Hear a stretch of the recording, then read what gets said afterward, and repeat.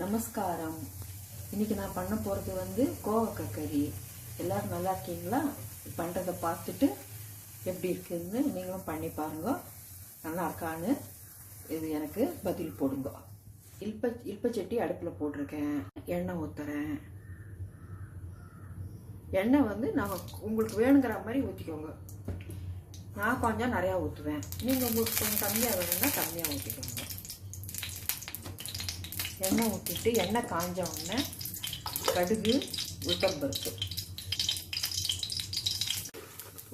செவந்த உடனே காய் நறுக்கி வச்சுருக்கேன். காய் நான் சின்னதாக நறுக்கிக்கிறேன். உங்களுக்கு பிடிச்சா கொஞ்சம் நீட்டாக கூட நறுக்கிக்கலாம். உங்களுக்கு இந்த மாதிரி பிடிச்சாலும் பண்ணுங்க, இல்லை நீட்டாக நறுக்கினாலும் நல்லாயிருக்கும். காய் போடுறேன்.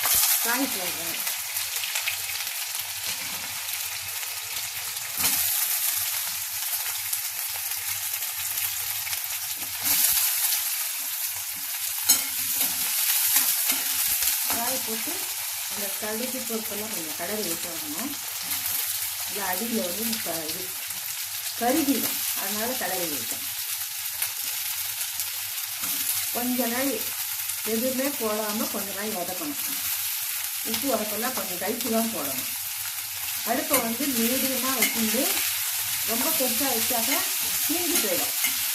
அதனால மீடியமாக வச்சுட்டு காய் போட்டுட்டு கொஞ்சம் கொஞ்சமாக போட்டு முடிச்சோடனே அதை கொஞ்சம் வதங்கணும். வதங்கின பிறகு தான் உப்பு போடணும். இப்போ கலரி விடுறேன். எல்லா காயும் போட்டேன், கலரி விடுறேன். இதில் காய் போட்டு 5 நிமிஷம் ஆறுது. அது வதங்கட்டு வச்சுருந்தேன். 2 வாட்டி நல்லா வதக்கி விட்டுட்டேன். இப்போ உப்பு போடணும். உப்பு போட்டுட்டு ஒரு 2 நிமிஷம் விடணும். உப்பெல்லாம் அதில் இழுத்துக்கிற மாதிரி 2 நிமிஷம் விட்டணும்.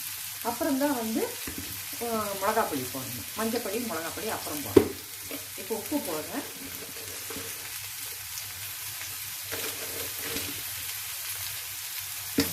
உப்பு போட்டு கலரி விட்டாக்க அந்த உப்பு அதில் இழுத்துக்கிற மாதிரி ஒரு 2 நிமிஷம் விட்டுணும். நல்லா வதங்கணும். ஒரு 5 நிமிஷம் அப்படியே விட்டுட்டோம்னாக்க நல்லா அது உப்பு அதில் இழுத்துட்டு நல்லா வதங்கிடும். அப்புறம் மஞ்சப்பொடியும் மிளகாப்பொடி போட்டு மூடி வைக்கணும். அது சொல்கிறேன், நான் காமிக்கிறேன். இப்போ 2 நிமிஷம் ஆயிடுச்சு. அதனால மஞ்சப்பொடியும் மிளகாப்பொடியும் போட்டு மூடி வைக்கணும்.